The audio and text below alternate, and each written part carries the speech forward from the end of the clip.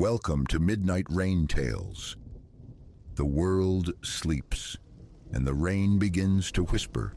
In this quiet hour, stories drift through the night air, soft, chilling, unforgettable.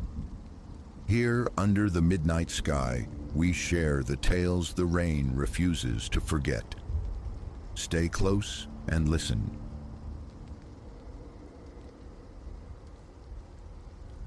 Lampposts at night ignite a tremor in my hands, a familiar ghost. My breath hitches, a fist clenches around my windpipe, my pulse hammering a frantic rhythm against my ribs. Sometimes the pavement swims, and I must halt, gulping air. I once catalogued my fears, the blunt trauma of a mugging, the screech of tires inches from impact, the acrid memory of smoke from a childhood fire, trifles, true dread, the kind that sears itself onto your soul and fundamentally alters your landscape. That particular abyss yawned open for me last October. Tuesday bled towards Wednesday, the clock hands creeping past 10:30. A glance at my watch, a futile urge to rush Baron's nocturnal patrol, catch the game's dying minutes. Baron, my stalwart German shepherd, 3 years old, a bastion of canine confidence whose only crack was the rumble of thunder. Our route was etched into muscle memory, a familiar loop through the hushed suburban arteries of northern Massachusetts, trod countless times before. Autumn's chill had sharpened, sinking its teeth into the low 40s.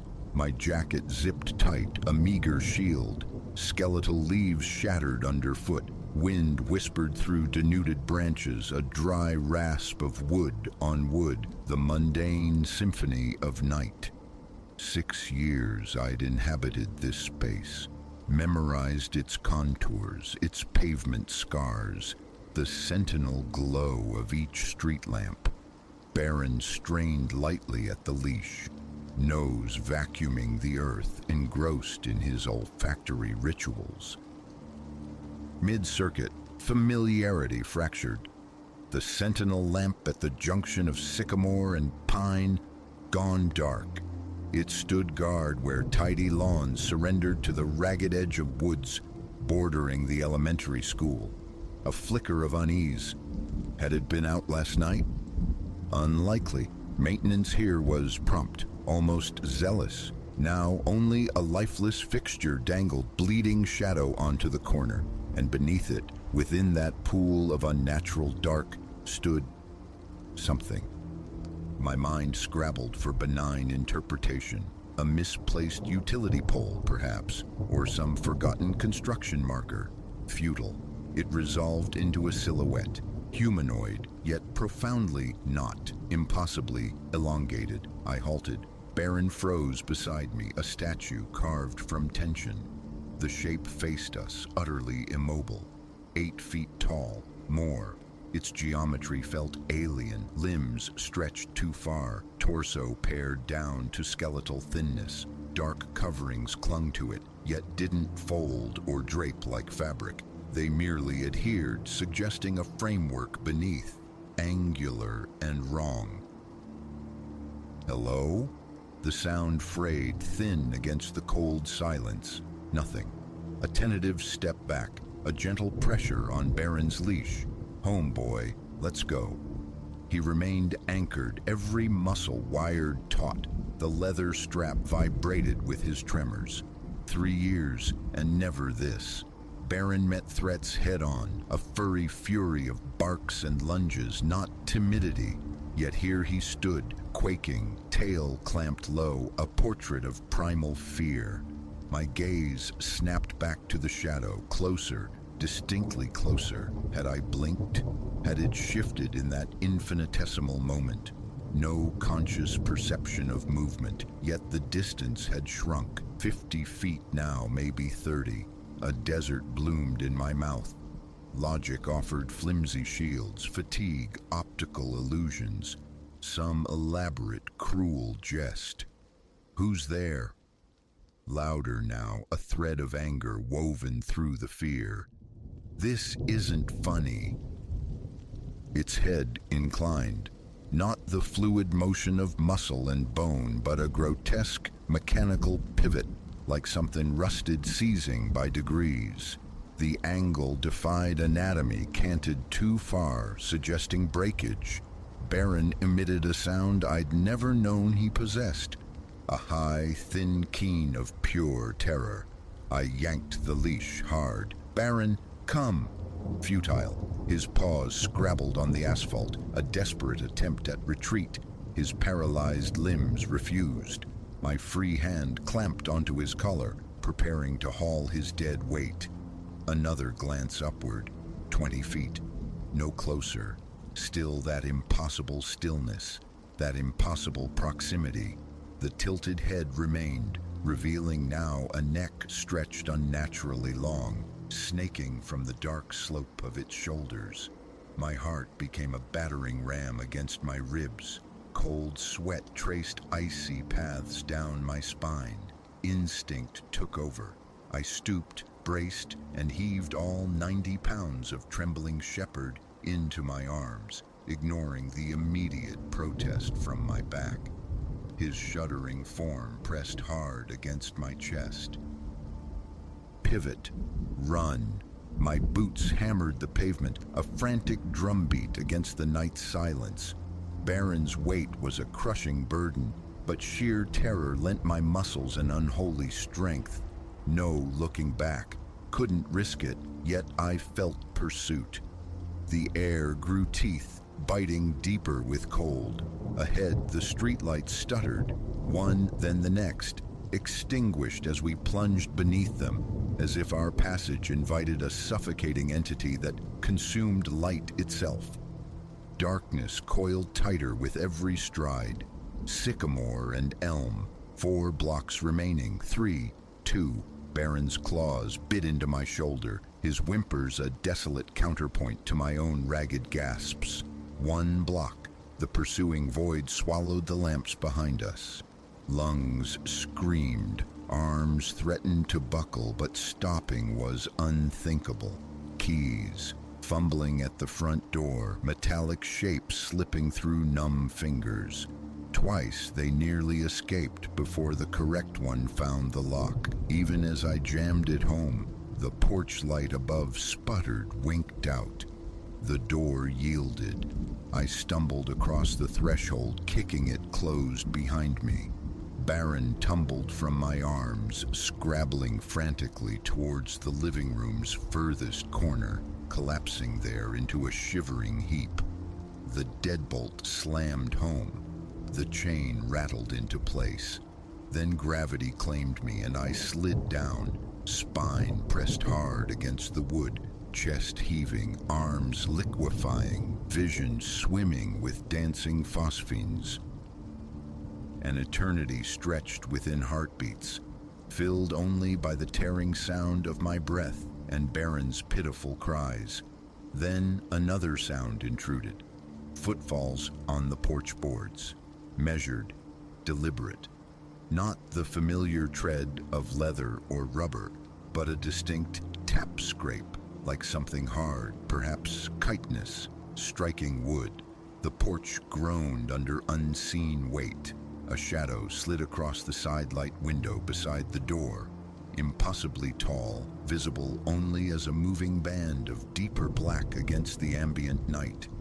The steps ceased directly outside. I froze, breath caught in my throat. My pulse thundered, a frantic drum surely audible through the door.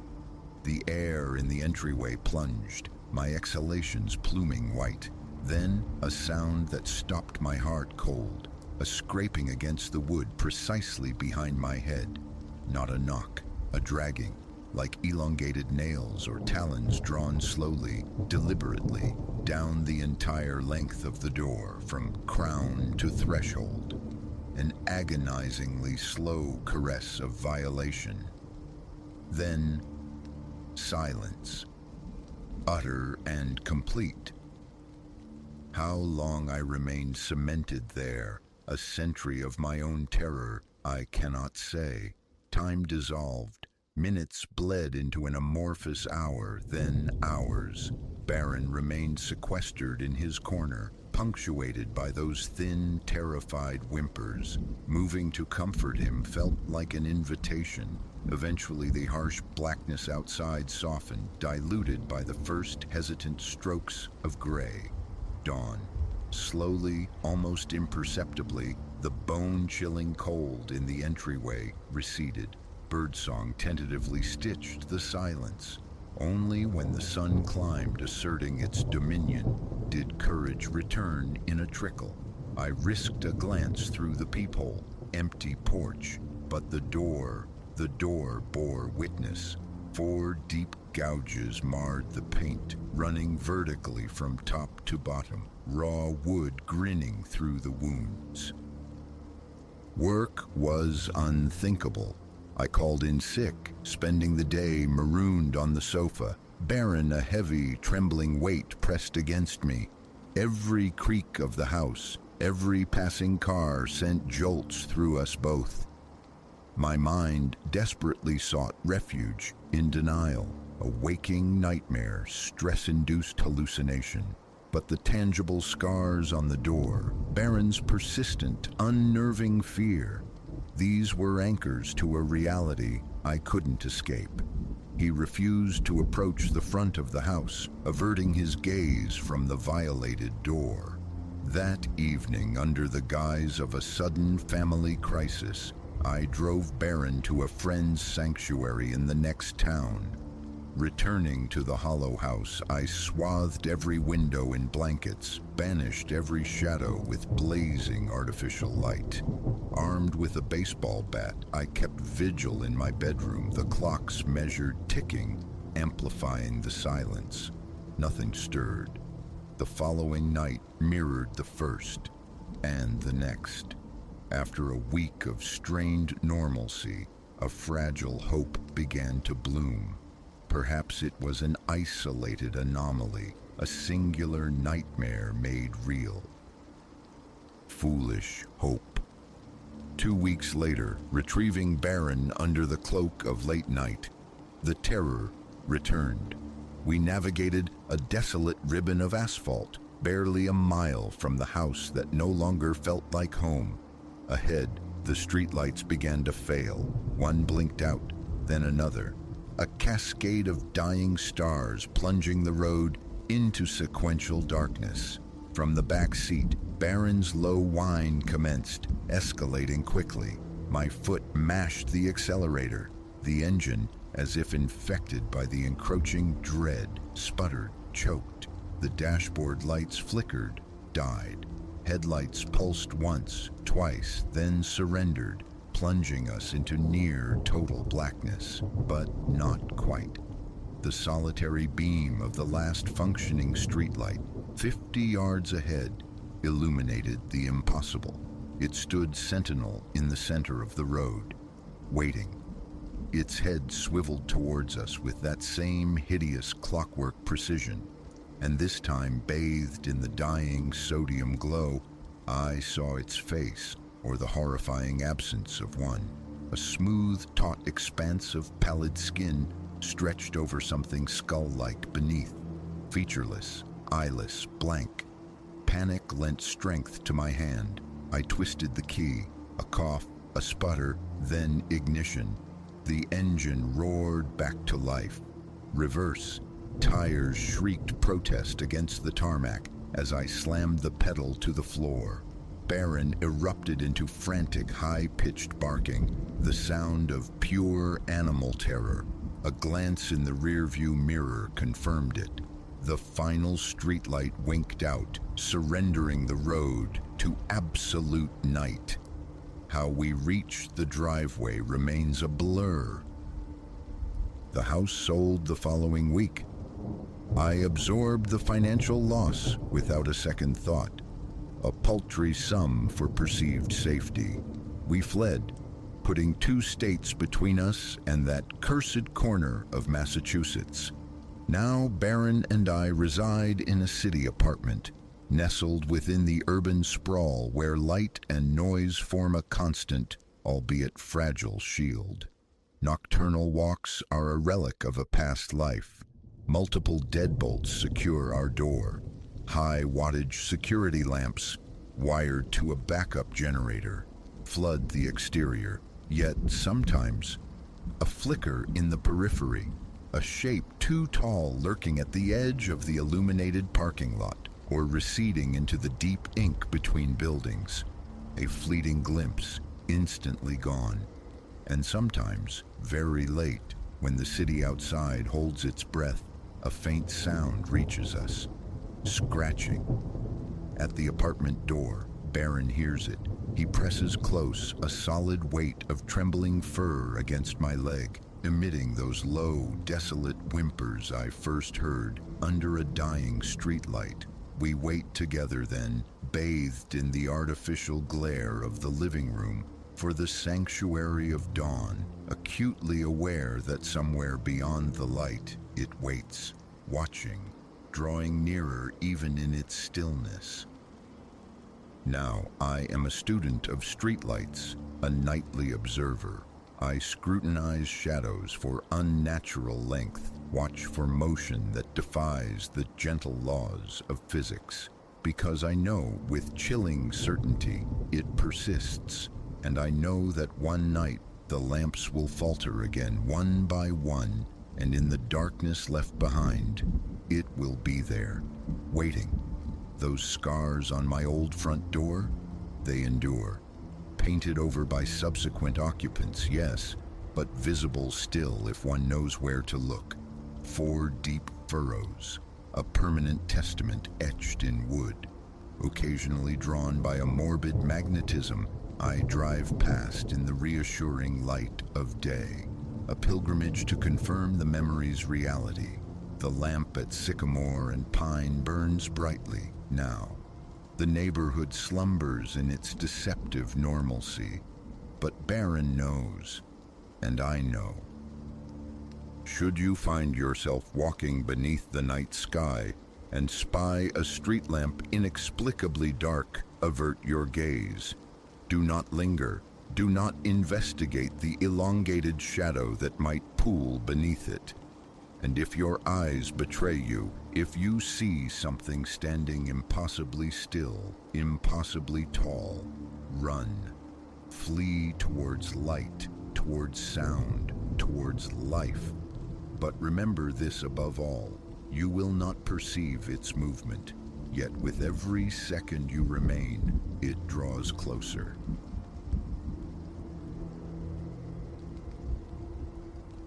Their appearance fractured the horizon, 5 silhouettes against the blinding shimmer of the afternoon sea, and instantly, the fragile perfection of our escape began to splinter. They stood sentinel at the water's edge, their collective gaze fixed upon us, an unnerving weight that prickled the back of my neck. I tried anchoring myself to the present, to the damp sand shaping beneath my hands as I helped Leo sculpt fortifications, but a cold knot tightened deep within my gut. Little did I grasp then how profoundly those distant figures would warp our sun-drenched sanctuary into a crucible of survival.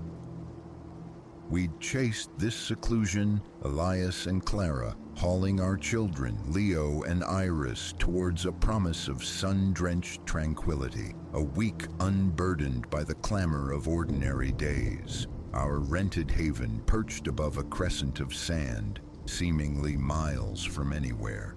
Days melted, golden and unhurried, languid awakenings, fierce sand-structuring rivalries, evenings steeped in the bruised purple hues of sunset, viewed from our weathered deck, paradise, uncomplicated and pure.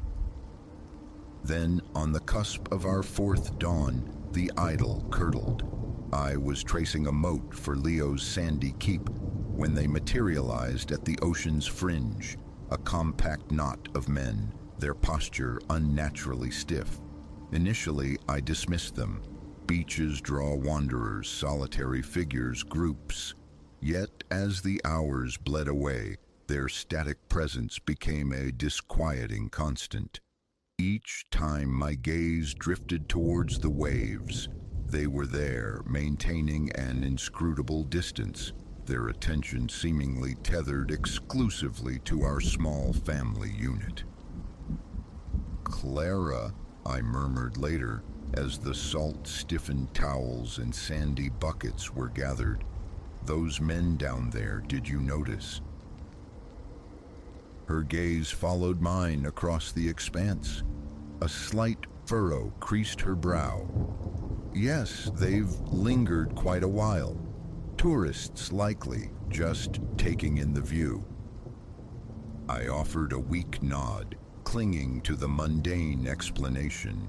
Yet as we trudged back towards the weathered steps of our rental, a glance over my shoulder confirmed they had shifted, subtly mirroring our path along the shore. That evening, as twilight painted the porch railings violet and the aroma of grilled fish hung in the air, I saw them again, phantoms coalescing at the property line, indistinct shapes against the deepening gloom. Clara, sensing my disquiet, tracked my line of sight. "Dear God," she breathed, her voice thin. "Are those the same ones from the beach?" A grim affirmation formed in my throat. "I believe so." "Should we contact someone? The local constable?" Worry sharpened her tone. I hesitated, the absurdity of the potential complaint echoing in my mind. "Some men are standing near the beach." It sounded paranoid, flimsy. "Let's just observe," I decided, forcing conviction. "Perhaps they'll move on by morning." But morning offered no relief, nor did the day that followed. They remained a persistent, unnerving presence, watching, waiting. The children felt it too. Leo began asking about the staring men, his small face clouded with an unease he couldn't articulate. We strained to project normalcy, a forced gaiety overlaying a palpable, thrumming tension. The penultimate day arrived heavy with unspoken dread. We'd spread our blanket for a midday meal when I saw them move, purposefully this time closing the distance. A frantic pulse hammered against my ribs. "Clara," I said, my voice low but urgent, "take Leo and Iris back to the house, right now." The steel in my tone must have resonated. She complied without question, herding the children away, her backward glances filled with apprehension. I rose, schooling my features into a mask of calm I scarcely felt as the 5 men drew near. They halted mere feet away, fanning out slightly, enclosing me. "Something I can do for you?" I asked, surprised my voice held steady. The central figure, taller than the others, broad-shouldered with a pale scar bisecting one cheek, became their spokesman. His voice was like stones grinding. "We've observed your presence." "So I've gathered," I returned, striving for equilibrium. "May I inquire as to why?" He bypassed the question entirely. "Departure yours, immediately. Collect your family and vacate these premises." A surge of indignation momentarily eclipsed my fear. "Excuse me, we're renting this property. We have every right." He advanced a single step, his gaze pinning mine.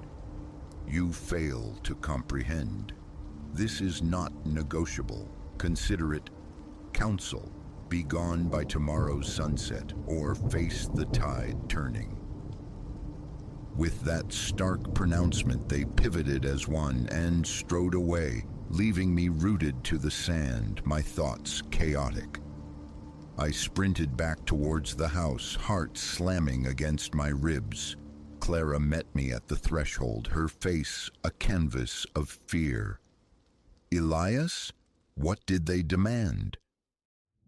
I recounted the terse exchange, watching understanding and terror chase each other across her features. The authorities, Elias. We must call them now, she insisted. I nodded, already reaching for my phone, but a chilling counter-thought arrested me. Hold on, I said, lowering the device. What if involving them is precisely the wrong move? What if these men are the authority here, or something connected? Clara's eyes widened. What are you suggesting? I don't know, I confessed honestly, but this feels wrong, targeted. Why this intense pressure for us to leave? What could possibly be happening here that requires such secrecy? Hours dissolved in fraught debate. One instinct screamed for flight, for putting leagues between my family and this poisoned paradise. Yet another, perhaps reckless, ember of curiosity flickered, a need to understand the unseen currents swirling beneath the surface. Night descended, thick with indecision and the scent of brine. We resolved to remain, but not passively. We transformed our haven into a fragile fortress, hauling in beach chairs, securing every latch, double-checking locks. From the car, I retrieved the sturdy baseball bat I'd packed half-jokingly for impromptu games.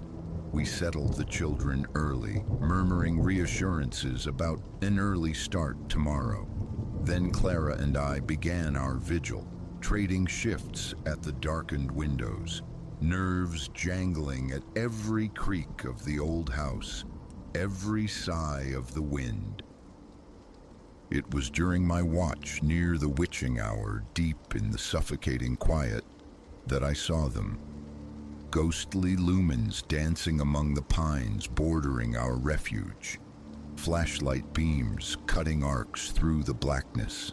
My heart vaulted into my throat. Clara, the whisper tore from my throat as I shook her awake. They're outside. They're here. Action galvanized us. We scooped the slumbering children from their beds.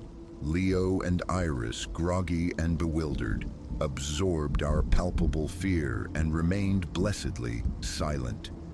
It's a night game, Clara improvised, her voice unnaturally bright.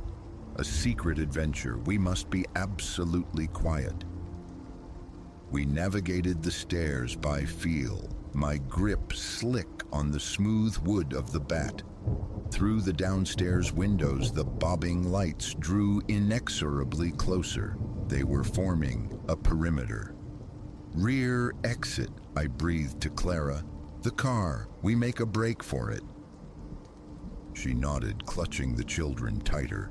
I drew a steadying breath, eased the back door open inch by silent inch. The night air, cool and damp, kissed our skin as we slipped into the darkness. We were almost at the vehicle, its familiar shape a beacon of hope, when a guttural shout split the night. Found them. Beams of light pinned us like startled deer. The thud of running feet echoed from the trees. "Drive, Clara, drive!" I yelled, shoving her and the children towards the car doors. "Get in! Go!" Her hands trembled violently as she wrestled with the keys. I spun, bat held high, facing the oncoming shadows. The first man reached me. I swung with primal force, the impact jarring up my arm. He crumpled with a grunt. More were coming. I swung again, fueled by sheer adrenaline, the desperate need to shield my family vibrating through me. Behind me, the engine sputtered, then roared to life. Elias, her voice a lifeline flung across the chaos. Now! I turned and lunged, tumbling into the passenger seat as Clara stomped the accelerator. Tires spun wildly on the sandy track before finding purchase. We surged forward, away from the house, away from the figures now frantically pursuing on foot. In the rearview mirror, the flashlight beams bounced erratically, shrinking, finally swallowed by the consuming darkness.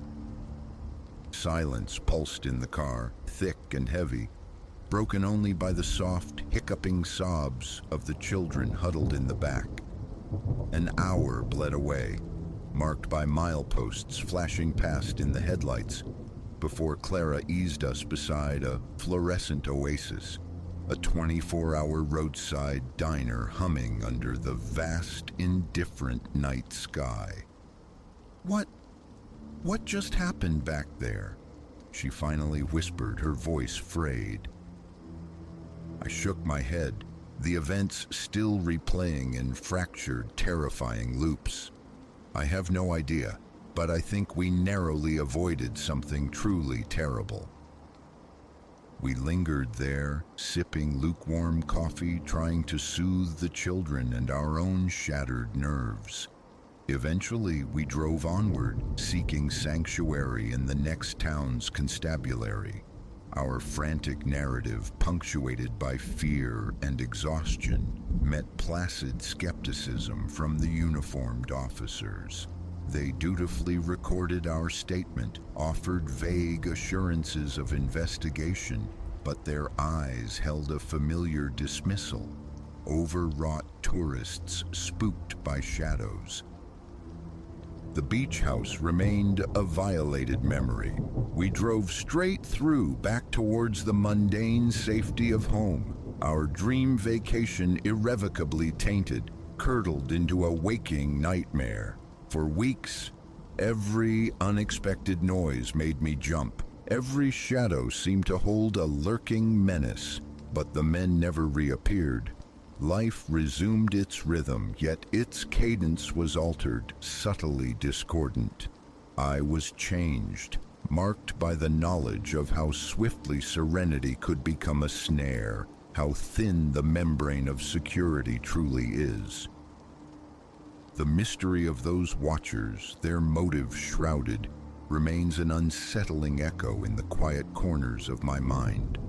Were they orchestrating some illicit trade on that isolated shore? Guardians of a local ugly secret?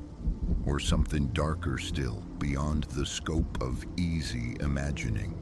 Answers remain elusive, perhaps forever lost to the tides. But one certainty persists. I will never again perceive the tranquil beauty of a secluded beach without sensing the potential for danger lurking just beyond the breaking waves, a reminder that paradise often borders the precipice.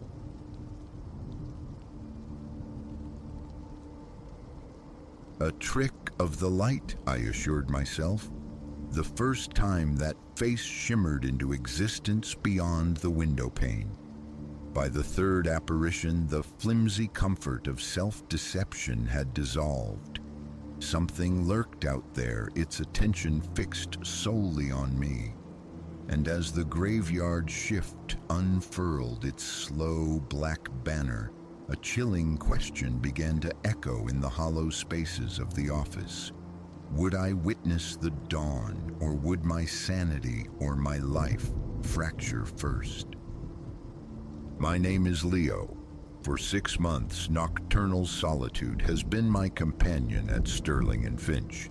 It lacks prestige, this existence spent wrestling arcane financial data into submission, but the compensation keeps the wolves from the door, and the quiet hum of the city after midnight has always resonated with some deep chord within me. Our offices occupy the 14th floor of a colossal shard of glass, thrusting skyward from the downtown core. By day, a frantic ecosystem of commerce. By night, a silent mausoleum echoing only with the whisper of ventilation and the distant wail of sirens threading through the concrete canyons. I typically materialize around 10, intersecting briefly with the departing cleaning crew. Come 11, the vast expanse belongs to me, a solitary sentinel amidst dormant workstations. The isolation had become familiar, almost welcome, until 3 nights passed. It was deep in the void hours, near 2, when the city outside seemed suspended in amber. Lost in the labyrinthine rows of a particularly soul-crushing spreadsheet, peripheral motion snagged my awareness. My gaze lifted, drawn to the immense floor-to-ceiling windows framing the nocturnal cityscape, and my breath hitched. There, suspended at the inky blackness, hung a face, its pallor almost phosphorescent, eyes like vacant wells that seemed to penetrate the very glass between us. I blinked fiercely, convinced fatigue was conjuring phantoms. When my eyes refocused, the void was empty once more. A brittle laugh escaped me as I rubbed tired eyes. "Rein it in, Leo," I chided under my breath. "Lay off the stimulants." I forced my attention back to the screen, yet an intractable disquiet had taken root. Every few minutes my gaze would traitorously drift towards the window, half dreading, half expecting the face's return. The subsequent night passed without incident, allowing a fragile sense of relief to bloom. Overtired, nothing more, I reasoned. Hallucinations born of weariness. But the 3rd night shattered that illusion. This time I stood in the sterile break room, captive audience to the ancient coffee machine's asthmatic gasps as it yielded its dubious brew. My eyes drifted upward, absently, towards the small window set high above the sink, and there it was, the face, rendered with terrifying clarity now. Gaunt, cheekbones stark beneath taut skin, those same abyssal eyes locking onto mine. I recoiled, stumbling backward, my heart hammering a frantic rhythm against my ribs. The mug plummeted from my grasp, exploding against the unforgiving linoleum. When I finally summoned the nerve to look again, only darkness stared back, but the image was seared onto my retinas. This was no optical illusion, no fever dream of an exhausted mind. Something was outside, watching. The thought of summoning security flickered, then died. What possible report could I file? A disembodied head floating 14 stories above the pavement. They'd peg me for unhinged. Or worse, this burden, it seemed, was mine alone to bear. The remainder of that shift became a masterclass in paranoia. Every shadow seemed to writhe. Every reflection in the glass held a potential menace. I bathed the office in harsh fluorescent light, hugging the interior walls, keeping the vast, dark windows at a wary distance. When the first tentative rays of dawn finally painted the sky, I fled the building as if pursued by demons. Calling in sick tempted me, whispered seductively of safety, but financial necessity held sway, alongside a stubborn refusal to be routed by what might still just possibly be a psychological specter. Thus, the following night found me back at my post. An unnerving normalcy initially prevailed. I submerged myself in the familiar cadence of work, actively suppressing the prickle of unease crawling up my spine. But as the hours bled towards midnight, the fabric of the ordinary began to fray. Files I distinctly recalled securing would reappear on my desk after a brief absence. My coffee mug migrated inexplicably across the counter and permeating everything. that inescapable sensation of being observed. Around 1, a sound iced my veins, tapping, faint yet deliberate, emanating from the window beside my desk, like skeletal fingers drumming rhythmically on the glass. Slowly, every muscle screaming protest, I turned. The face pressed against the pane, no longer ethereal but hideously tangible. Its mouth contorted, forming silent words I couldn't decipher nor wish to. I scrambled backward, chair clattering to the floor in my panic. I bolted for the elevators, hammering the call button with frantic insistence. As the polished steel doors slid shut, sealing my escape, a fleeting movement captured in their mirrored surface sent a fresh wave of terror through me. A figure, impossibly elongated and thin, gliding with unnatural smoothness across the office floor, converging on my position. The elevator's descent felt agonizingly protracted. When the doors finally parted on the ground floor, I erupted into the lobby, colliding almost bodily with the startled night guard, Mr. Henderson. "Easy there," he grunted, rising from his station. "Everything all right, Mr. My appearance must have been alarming. Ashen face slick with sweat, eyes wide with residual horror. I opened my mouth, intending to articulate the nightmare, but the words wouldn't coalesce. How could I explain the inexplicable without sounding utterly mad? Feeling unwell, I managed, the words stumbling out. "Think I need to head home." Concern flickered in his eyes. "Should I get you a taxi?" I shook my head numbly. "No, thanks. Walk. Need the air." Hurrying out into the cool embrace of the night, I felt Henderson's gaze follow me, but his scrutiny was a pale imitation of the relentless stare I'd endured floors above. I feigned illness the next day and the one after. The thought of returning to that place, of potentially encountering that face again, was paralyzing. Yet the job remained a necessity. Avoidance wasn't a sustainable strategy. So on the third night, I went back, armored with rationalizations, stress, sleep deprivation, questionable coffee. I resolved to meet whatever awaited with detached logic. For several hours, an unnerving quiet reigned. No misplaced objects, no spectral tapping. A cautious optimism began to unfurl within me. Perhaps it truly had all been a product of my frayed nerves. Then the lights extinguished. Instantaneously, the office plunged from sterile brightness into suffocating darkness. Emergency lighting stuttered to life, casting long, dancing shadows and bathing everything in an unsettling cyanotic glow. My hand instinctively sought my phone, poised to dial security, when a whisper, chillingly close, brushed against my ear. "Leo."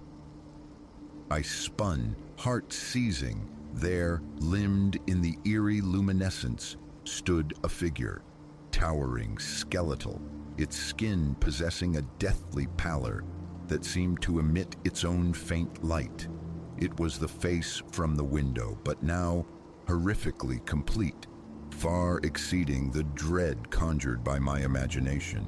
Its limbs bent at unnatural angles, its fingers tapered to needle-sharp points, and its eyes, dear God, the eyes, were twin voids swallowing the scant light, promising utter annihilation.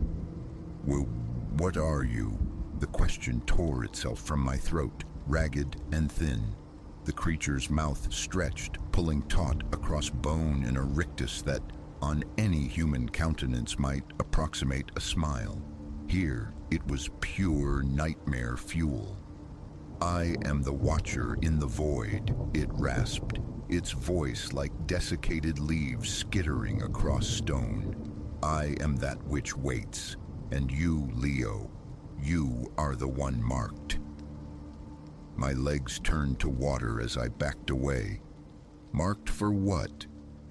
Even as the words left my lips, a primal certainty screamed that I did not want the answer. The entity began to advance, its locomotion jerky, disjointed like a poorly handled marionette twitching on tangled strings. I ran, faster than I knew possible. I fled through the shadowed office landscape, down the echoing shaft of the emergency stairwell, my frantic footfalls swallowed by the concrete emptiness. Behind me, I could hear it, that dry, sibilant whisper closing the distance. You cannot escape, Leo. You belong to me now. I burst from the building's side door into the indifferent night, not daring to pause until several blocks separated me from the glass tower. Only then did I risk a backward glance. Sterling and Finch loomed against the starless canvas, a dark, monolithic presence.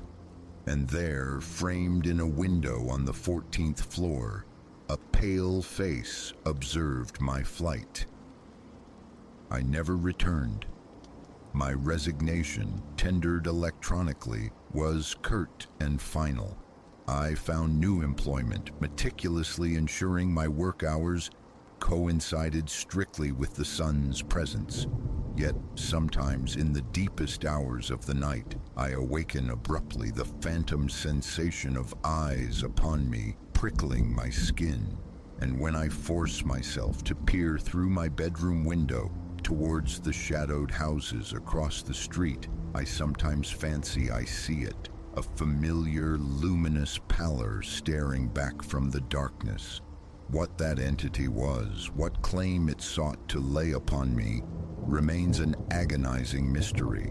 Whether it was truly external or some monstrous projection of isolation and stress made manifest, I cannot say.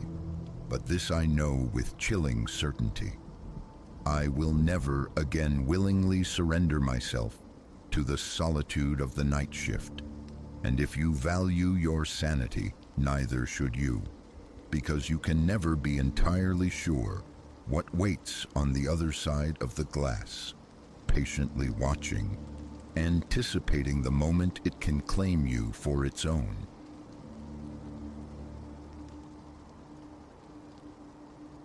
The instant my fingertips grazed the anomalous thrumming flora, a profound certainty of error washed over me. What commenced as a serene expedition for botanical samples within the timberland swiftly devolved into a phantasmal chase, a desperate flight from an entity utterly defying comprehension. Had I but heeded the cautionary tales, the hushed local legends surrounding the forest's deep, umbral core, a place shunned even by the wild beasts, this ordeal might have been averted. My name is Alara. The pull of the natural world has ever been an irresistible current in my life. An avid amateur botanist and gatherer of herbs, my weekends were sanctuaries spent traversing the verdant woodlands, flanking my quiet hamlet, meticulously documenting plant life and gathering components for my artisanal remedies. This pursuit transcended mere pastime. It was a communion binding me to the earth with an intimacy nothing else provided. That pivotal Saturday dawned much like its predecessors. I ventured forth at first light, my pack laden with field guides, specimen pouches, and provisions for the day. The air, crisp and cool, bore the mingled fragrances of pine resin and moist soil. Avian melodies threaded through the canopy, punctuated by the distant percussive tattoo of a woodpecker. Hours melted away as I hiked, penetrating deeper into the sylvan expanse than ever before, until I chanced upon a secluded glade. Sunlight slanted through the leafy ceiling, painting shifting mosaics upon the forest floor. There, presiding over the clearing's heart, stood a plant utterly alien to my experience.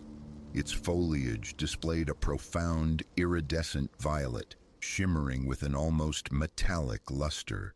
A gentle pulsation emanated from its stem, a silent, visceral rhythm suggesting a life force within. Slender, delicate tendrils extended from the central structure, swaying languidly in a breeze I could not perceive. Curiosity eclipsed caution. I advanced with measured steps, hand instinctively reaching. Deep within my consciousness, a frantic voice shrieked warnings, urging retreat. Yet the plant exerted a siren call, its soft thrumming intensifying, beckoning me closer. The moment flesh met shimmering leaf, reality fractured. A jolt akin to static discharge magnified 1,000-fold, coursed through my being. I snatched my hand back, gasping, but the connection, however brief, had sealed my fate. A pregnant pause hung in the air. Then, with unnerving slowness, the plant stirred. Its tendrils writhed, stretching, elongating towards me with a disquieting sense of purpose. The pulsing quickened, accompanied now by a low, resonant hum that vibrated in my bones.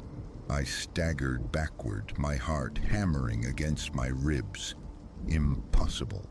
Vegetation did not exhibit such deliberate motion, did not reach with discernible intent. Yet, as I stood transfixed by horror, the impossible manifested.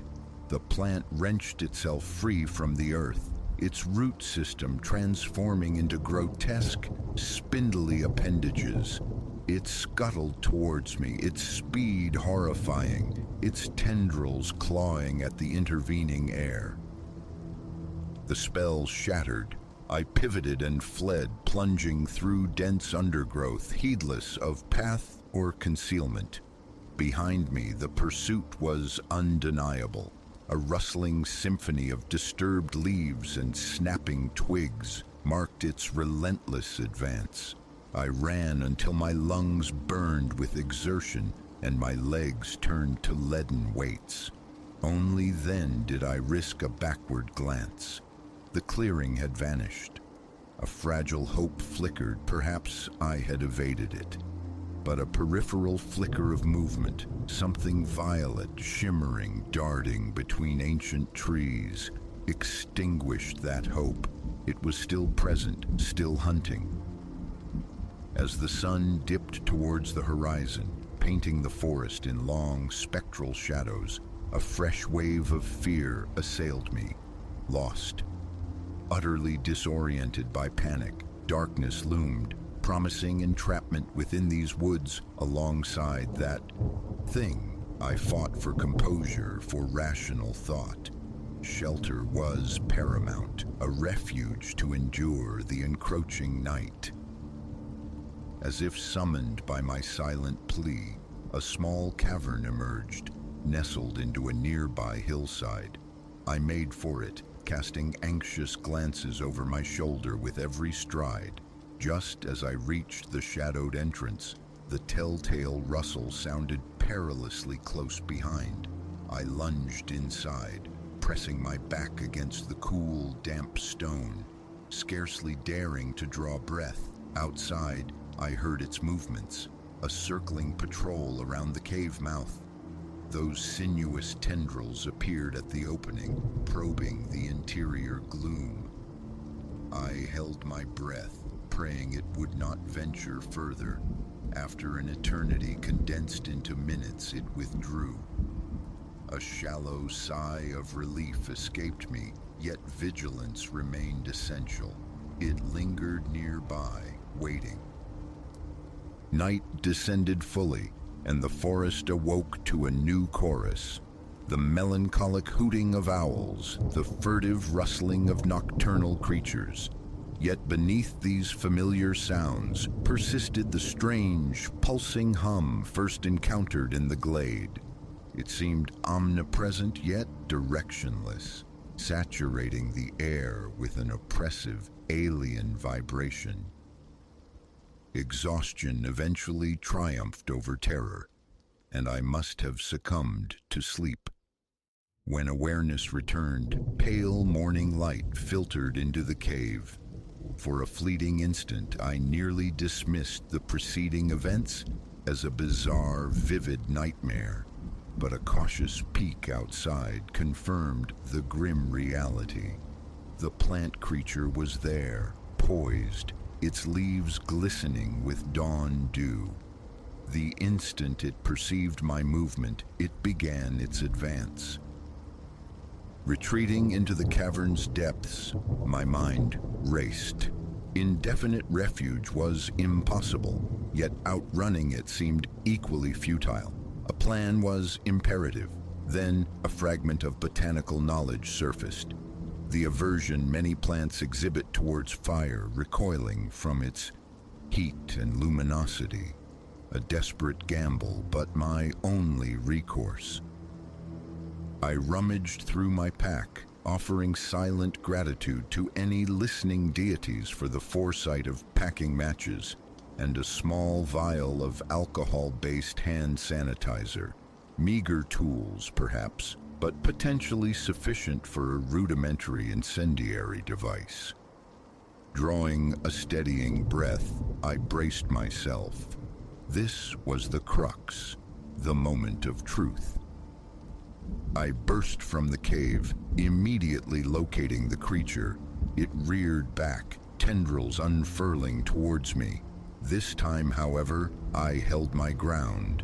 As it lunged, I squeezed the sanitizer vial, simultaneously striking a match. The alcohol ignited, erupting in a brief but fierce flare. The reaction was instantaneous, dramatic. The creature recoiled violently, its tendrils curling inward protectively. It emitted a high-frequency, keening cry that grated against my nerves. Seizing the advantage, I advanced, wielding my makeshift weapon. Each successive burst of flame drove it further back, its movements growing frantic, disorganized. Finally, summoning a final reserve of strength, I directed a sustained stream of fire upon it. The creature writhed and convulsed, its piercing shriek escalating to a fever pitch.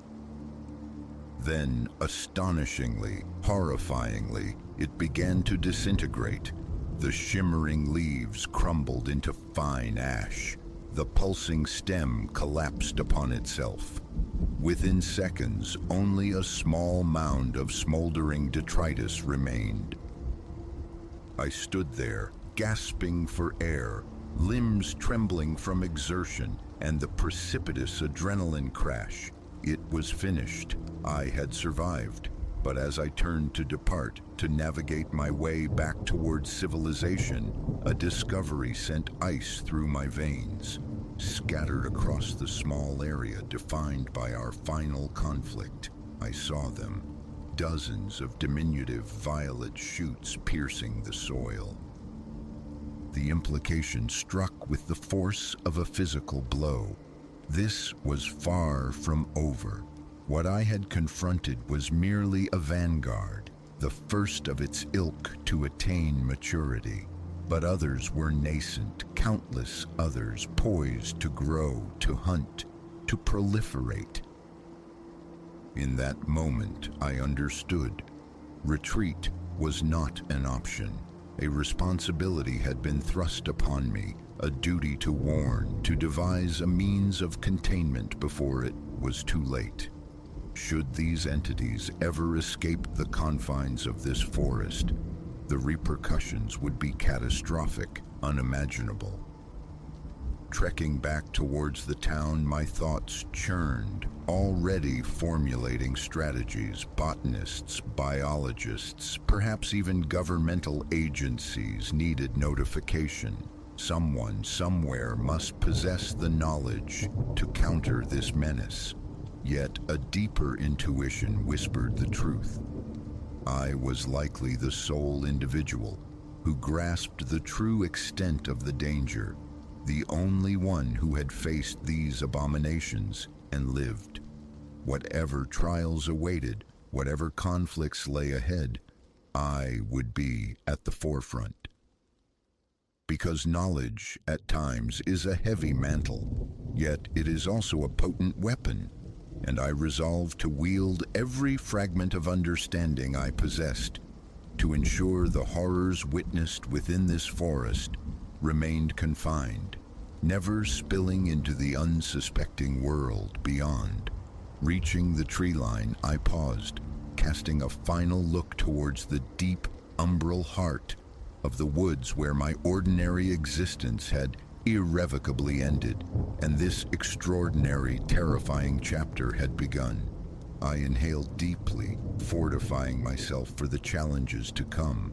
This was merely the inception, but I was prepared to contend, to shield, to confront whatever otherworldly terrors these ancient woods might yet spawn, because necessity demanded it, and that necessity had fallen upon me.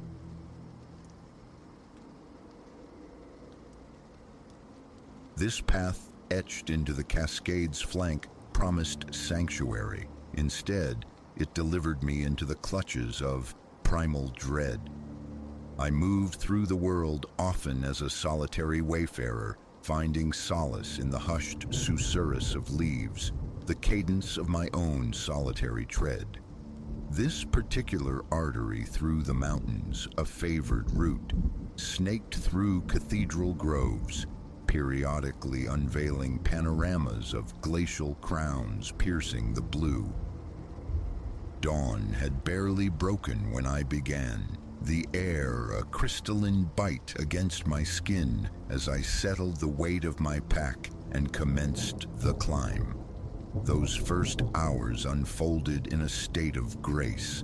My boots found their rhythm on the crushed stone, a steady percussion against the earth, my breath pluming rhythmically in the chill as the elevation increased.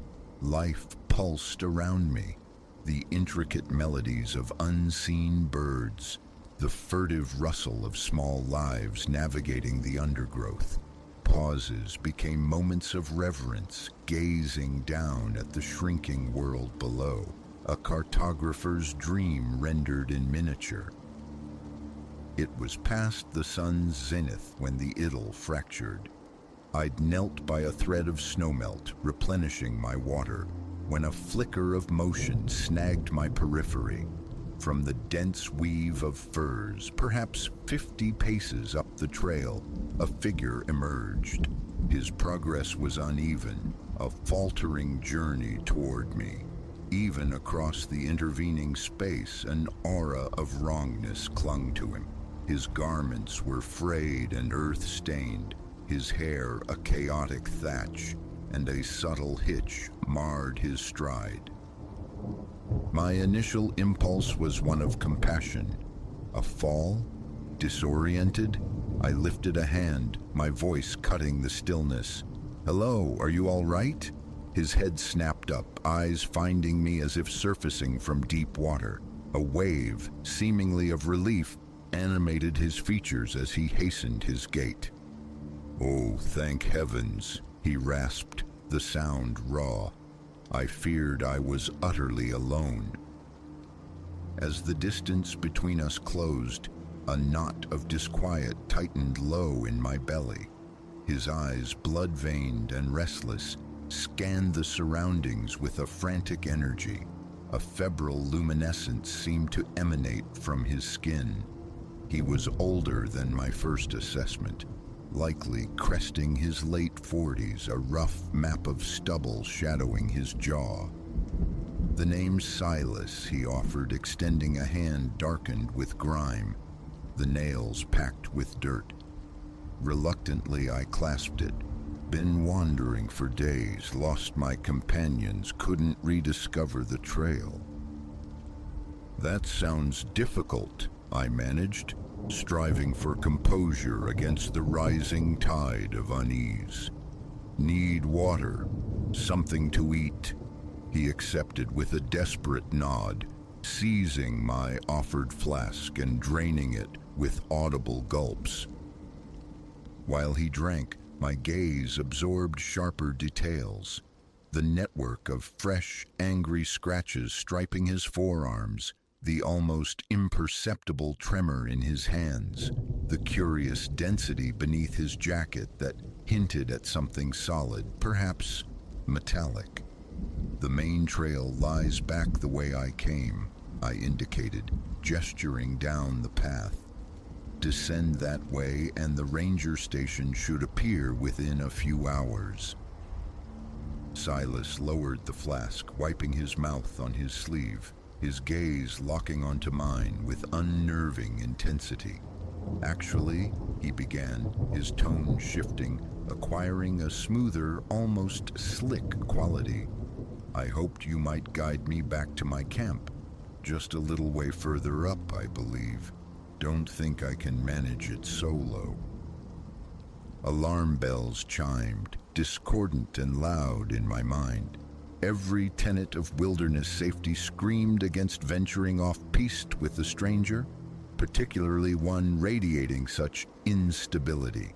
Yet his expression held a calculated plea, igniting a flicker of unwelcome guilt. What if his plight was genuine? I'm uncertain, I demurred. This off-trail terrain is unknown to me. Perhaps we should both aim for the ranger station. His features momentarily clouded before a smile was forcibly reinstated. Please, he pressed, his voice adopting a wheedling edge. It's truly not far.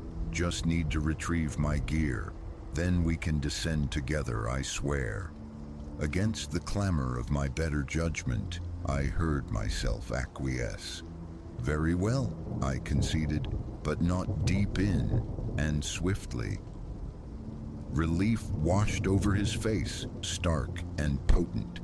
He clamped a hand on my shoulder, the pressure exceeding mere gratitude, bordering on possession. My thanks, he murmured. You won't regret this.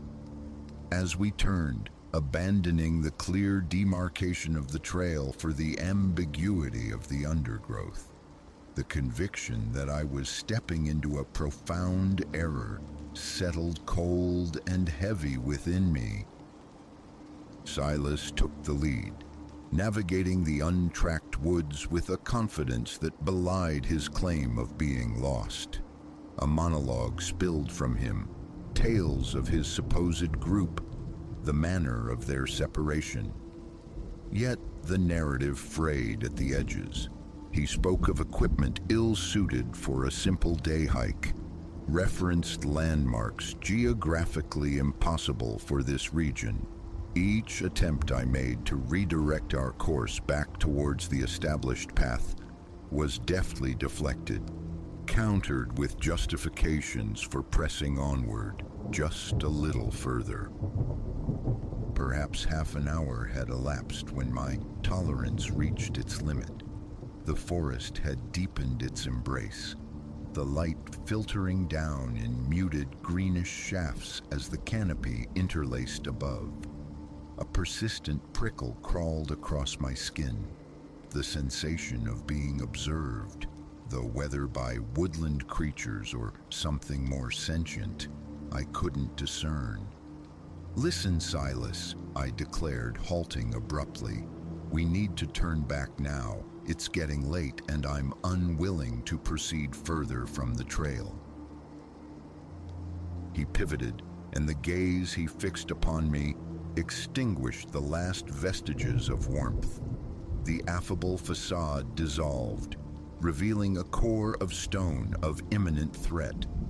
We're not returning, he stated, his voice dropping to a low, resonant menace. We continue until I decide otherwise. Is that clear?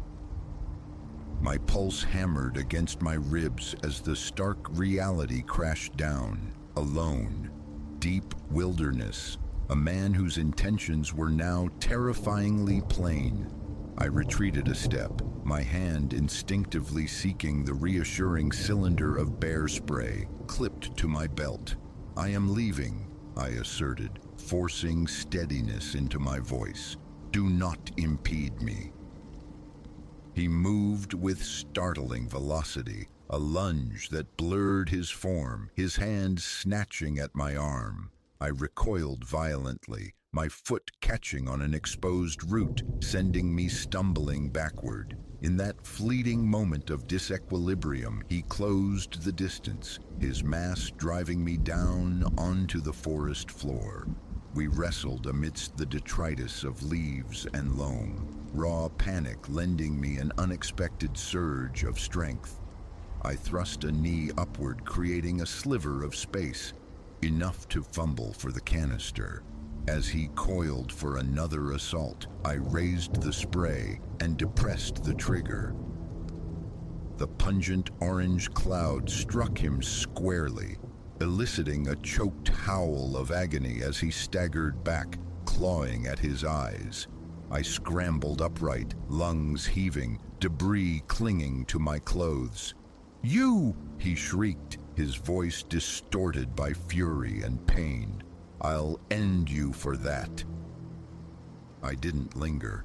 Turning, I plunged into the underbrush, crashing blindly forward, heedless of direction or the need for stealth. Branches lashed my face, thorns snagged my clothing, but momentum was my only imperative. Behind me, I could hear his enraged curses, the sounds of his stumbling pursuit, still terrifyingly close. I ran until fire filled my lungs and my legs turned to waterlogged timber. The woods became a monotonous labyrinth, an endless repetition of bark and shadow. The trail, the ranger station, any landmark, all sense of orientation had evaporated. For all I knew, each desperate stride carried me deeper into the untamed heart of the wilderness, further from any prospect of aid. Pausing, gasping, leaning against the immense girth of a Douglas fir, I strained my hearing against the sudden, profound quiet. No birdsong, no rustling life, only the frantic percussion of my own breath. Then it came, the brittle snap of a twig, somewhere off to my left. I froze, holding my breath, melding myself against the tree's abrasive bark. Another snap, distinctly nearer. He was still out there, hunting. Easing around the trunk, striving for absolute silence, my eyes fell upon a small, shadowed ravine nearby. Cover! I made for it, sliding down the steep embankment, dislodging a cascade of loose stones whose clatter seemed deafening in the charged stillness.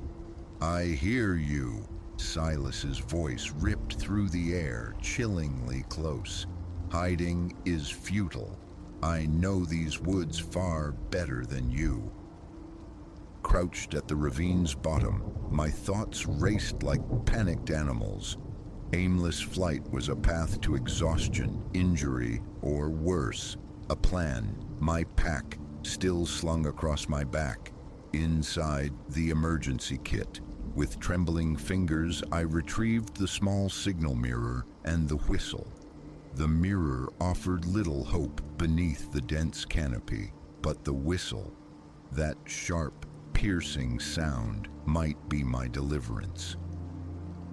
Drawing a ragged breath, I raised the whistle to my lips and blew 3 sharp, urgent blasts. The universal backcountry distress signal. The sound sliced through the quiet, ricocheting off the ravine walls. No! Silas's enraged bellow echoed from somewhere above. I heard him thrashing through the brush, abandoning all pretense of stealth. Again, I blew the whistle, scrambling along the ravine floor. 3 more blasts. Pause. Listen. Was that a faint answering call carried on the breeze? or merely the invention of desperate hope. Suddenly, his silhouette materialized at the ravine's rim, his face a contorted mask of fury and desperation. Angry red inflammation ringed his eyes where the spray had struck, intensifying his crazed aspect.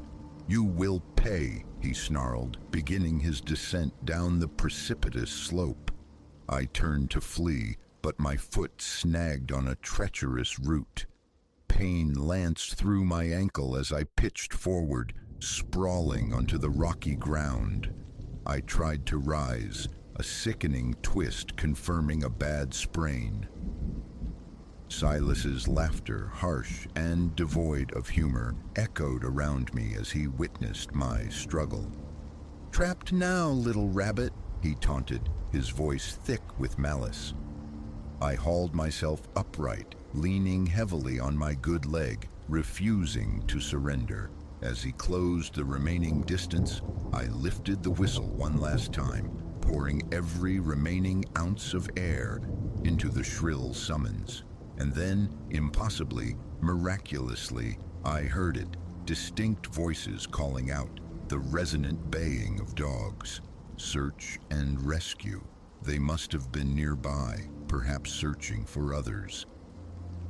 Silas heard it too. His eyes widened, darting frantically, the hunter becoming the hunted. A flicker of indecision crossed his face, rage warring with self-preservation, but the instinct to survive prevailed. Casting one final venomous glare in my direction, he spun and scrambled back up the ravine wall, melting into the concealing forest. I collapsed onto the cold ground, relief flooding me in dizzying waves. I blew the whistle again, weaker now, but knowing they were close. Soon, the reassuring blaze orange of rescue vests emerged through the trees. As hands gently helped me from the ravine, assessed my injuries, and crackled radios summoned support, an uncontrollable tremor seized me. The chilling proximity of true disaster struck with visceral force. In the ensuing days, recounting the ordeal to law enforcement and park rangers, the full picture of Silas emerged. A fugitive, wanted across several counties for a litany of violent offenses. His lair was discovered deep within the woods, a squalid makeshift shelter littered with stolen provisions, and grim testament to others whose encounters had ended differently. Later, wrapped in a coarse wool blanket at the ranger station, a mug of hot coffee warming my numb hands, I contemplated the terrifying speed with which tranquility had twisted into a primal struggle for life. The wilderness I cherished had unveiled its shadowed face, a stark reminder that danger often resides just beyond the edge of beauty. It would be a long time before the solitude of the trail felt like peace again. Yet I knew something else now, too. An ember of resilience within me had been fanned into flame. I had stared down my deepest fear on that mountain slope and walked away. Whatever paths lay ahead, I would tread them with a profound, new respect for the wild, untamable world, and for the unexpected depths of my own will to survive.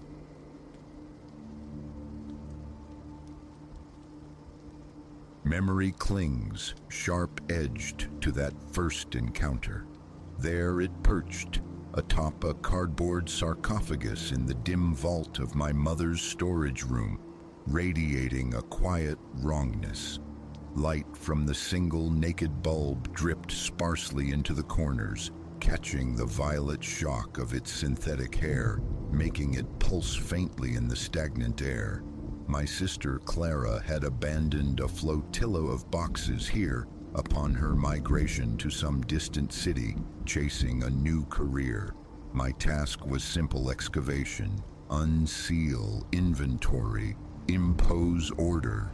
But the instant my fingers closed around the doll's cool plastic torso, a knot tightened deep in my gut. It wore the defiant costume of a bygone rebellion, a miniature punk phantom from the 90s. Tiny chains fettered its arms, its body clad in black vinyl that gleamed slickly. The face, starkly painted, bore heavy makeup, but it was the expression that held me captive. A rictus carved into its features, less smile than grimace, paired with eyes of dull, flat gray. A profound unease bloomed in my chest. I retreated, phone in hand, dialing Clara. Her voice arrived thin and distracted, the doll a hazy artifact from her past. A gift, she recalled vaguely, from an old acquaintance, someone whose friendship had soured, curdled into animosity after a falling out. Details remained elusive. The person was troubled, she murmured, and the doll unwelcome baggage in her fresh start. "Do whatever you want with it, Elias," she'd offered, a dismissal edged with something I couldn't quite name. Disconnecting the call, a wave of dread washed over me, cold and irrational. Dolls held no particular horror for me, yet this one. Setting it upon an empty shelf in that cramped room, my hands registered a faint tremor. Time was short. Resolution could wait. I left it there, turned the key in the lock, the click echoing slightly too loud. Sleep fractured around 3 in the morning. I surface easily, often drifting downstairs for water or a silent patrol of the house. But this sound jerked me fully awake, heart hammering against my ribs, scratching, a frantic, insistent skittering, like talons worrying at seasoned wood. My first thought, Buster, our dog, nosing at something. But he slumbered, usually in the living room, his movements always announced by the soft click of claws on hardwood. Silence from that quarter. I sat bolt upright, straining to listen. The sound emanated unmistakably from the storage room's direction. Logic offered alternatives. A branch wrapping the siding, the house settling. But then a low whimper drifted from the hallway. Buster. Easing out of bed, I cracked open my door. He stood there, a silhouette of canine anxiety, ears flattened, gaze fixed down the corridor toward the sealed room. He wouldn't approach, wouldn't answer my soft call, just held his ground, trembling. I moved toward the storage room, the hallway light casting long, dancing shadows. My own shadow stretched before me, Buster remaining a wary statue far behind. The moment my hand touched the cool metal of the doorknob, the scratching ceased abruptly. Silence crashed in. I twisted the key, flicked the light switch. The bare bulb flared, illuminating the small, cluttered space. Nothing seemed amiss. Boxes stood sentinel, shelves bore their dusty burdens. My pulse throbbed in my ears. Then my eyes found it, the doll, seated on its shelf precisely as I'd left it. I stared, waiting for a twitch, a subtle shift. Nothing. That vacant grin remained plastered on its face. Stepping closer, I brushed its plastic arm. Cold, rigid, inert. I stood there, enveloped by the sound of my own ragged breathing, listening for the phantom scratching. Only silence answered. Retreating, I locked the door again, pushing the incident into the cluttered corners of my mind. Morning light brought a strained conversation with my mother, Lena. I recounted the nocturnal disturbance. Concern flickered in her eyes, quickly masked by practicality. Mice, perhaps? The house was old, prone to groans and whispers, but a later inspection yielded no telltale droppings, no gnawed surfaces. I let it drop, unwilling to amplify her worry. though the doll lingered a silent question mark in my thoughts. Buster continued his boycott of that end of the hallway, whining and backing away if urged too near. Several days unfurled uneventfully. Chores became a welcome distraction. Clara called, chatter filled with their new life, the doll unmentioned. Then, nearly a week after its discovery, armed with broom and dustpan, I ventured back into the storage room. The light flickered on, revealing something new, dark smudges staining the wall just above the doll's shelf. Like soot or ash. Frowning, I touched the marks. Dry, flaky, a greasy black residue that came away on my fingertips. I called out to Lena, asked if she'd lit a candle, burned anything. A definitive no. She rarely entered the room. Balancing on a stool, I examined the wall more closely. No scorching, just these strange, powdery smears. My gaze drifted downwards. The doll wasn't on the shelf. It lay sprawled on the floor, face pressed against the corner baseboard, an awkward, discarded angle, as if flung there. Yet the surrounding boxes were untouched, sentinels still. A chill traced its way up my spine. I knew with absolute certainty I had left it sitting upright on the shelf days before. No draft, no tremor, no earthly explanation for its descent. Lena swore she hadn't touched it. My hand shook as I retrieved it, carefully placing it back on the shelf. I kept glancing at the open doorway, half expecting it to swing shut on unseen hinges. It remained stubbornly open. Abandoning my cleaning tools, I fled the room, the frantic rhythm of my heart loud in my ears. At the bathroom sink, I scrubbed the black residue from my fingers. Lena's worried eyes met mine as I emerged, but I offered only mumbled assurances, retreating into myself. A pervasive tension settled over the house for the rest of the day, a static charge in the air. Buster remained velcroed to Lena's side, casting wary glances towards the forbidden door. Sleep refused me that night. I tossed, turned, the doll's image imprinted on the darkness behind my eyelids. The garish makeup, the violet hair, those flat, dead eyes. Around midnight, I surrendered, migrating to the living room's pale television glow. White noise and flickering images offered scant distraction. My nerves remained frayed wires. Perhaps half an hour passed before a faint sound pierced the electronic murmur, the distinct squeak of a hinge. My fingers fumbled for the mute button. Silence. It wasn't my bedroom door, nor the bathroom. It sounded like the storage room, but I'd locked it. My throat constricted. Rising silently, I crept towards the hallway. No sign of Buster. Peering around the corner, the door appeared shut, undisturbed. Yet the sound lingered in my memory. Forcing myself forward, I reached out, tested the knob. Locked solid. Wood contracting in the cool night air, I told myself. Just the old house breathing. Back in the living room, I unmuted the television, volume cranked slightly higher, a flimsy shield against the listening silence. Morning arrived, heavy with resolve. Enough. I called Clara again, pressing for more than vague recollections. Annoyance colored her tone, but she relented. The woman, the giver, someone from the periphery of the rock show seen years ago. A major blow-up, an argument where the woman had become erratic, unsettling. The details were lost to time, only the acrid memory of the ending remained. Had the doll felt odd, tampered with?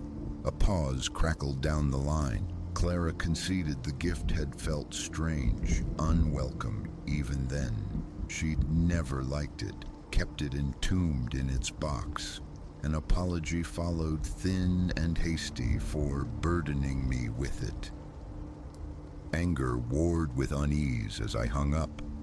I found Lena, stated my intention plainly. The doll had to go. Relief softened her features. While discarding gifts went against her grain, Buster's persistent fear and the inexplicable soot had eroded her reluctance.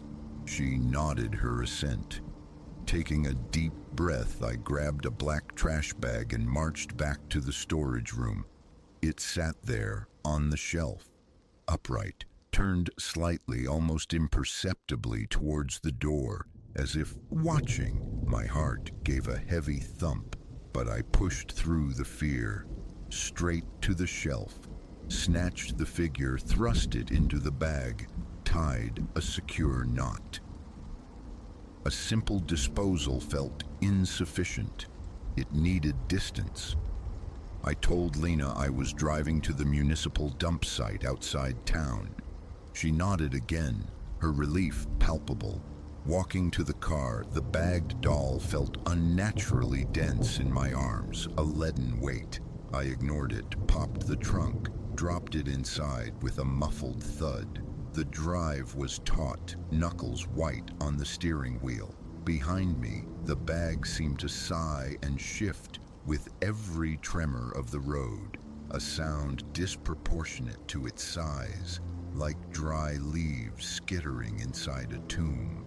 I cranked the radio, desperate noise against the silence that felt thick with listening. My breath came shallow. Sweat prickled my skin despite the air conditioning's cool hiss. Finally, the dump site.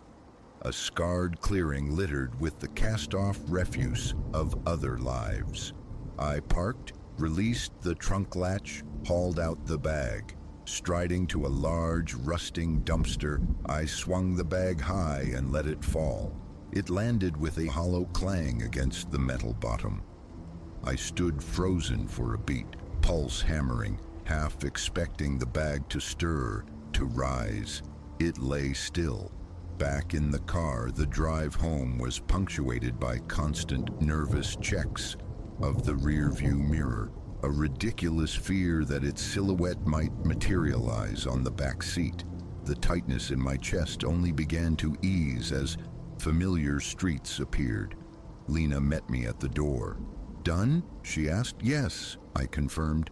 A small, fragile smile touched her lips. "Good. Maybe that's the end of it." I desperately hoped she was right. That night, sleep came deep and unbroken. No scratching disturbed the quiet. No phantom hinges creaked.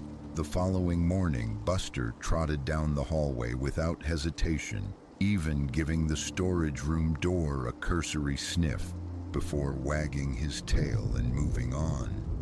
A cautious inspection revealed nothing amiss inside, just boxes, dust, and silence. A profound lightness settled in my chest, the lifting of an invisible burden. Days have bled into normalcy since. Clara called. I relayed the doll's fate. A nervous laugh was her only comment, followed by a quick agreement that it was for the best. The scratching remains absent. Buster is his old, uncomplicated self. Yet the memory retains its chill. The synthetic violet hair, the painted-on sneer. I possess no grand theory, seek no further explanation. I only know what my senses registered. The scrape of unseen claws, the inexplicable soot, the doll's silent migrations. It felt less like disposal, more like an expulsion. And while the storage room has reclaimed its mundane identity, a sliver of that cold dread remains lodged deep. I hope, with a fervor that surprises me, that its journey ended in that dumpster, that it remains buried under layers of detritus, its vacant gray eyes staring only at darkness. Right now, the house breathes easy. Buster patrols with cheerful ignorance, and sleep comes readily. That is enough. I require no reasons, no deeper truths. I am finished with the doll. I pray it is finished with me.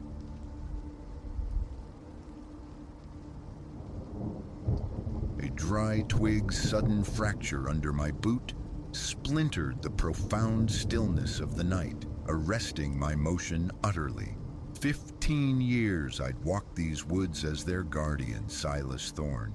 Yet nothing in that tenure hinted at the abyss I was poised to uncover within this sylvan maze. Rooted there, pulse hammering against my ribs, I remained oblivious that the coming moments would demand a fight, not merely for the forest's sanctity, but for the raw nerve of my own survival. It commenced as a customary night patrol, a familiar rhythm etched into countless evenings spent checking for errant embers or hikers swallowed by unmarked paths. Autumn's breath, sharp and invigorating, carried the mingled perfume of pine resin and earthen decay. Above, moonlight strained through the canopy's lace, projecting phantasmal figures that writhed with every sigh of the wind. Hours had dissolved beneath my measured tread, the soft crunch of boots on the leaf-strewn floor, a lonely percussion until a different sound intruded. A low, sibilant murmur barely cresting the nocturnal rustle. Instinct drew my hand to the radio clipped at my hip, yet I paused. Likely just campers oblivious to the late hour.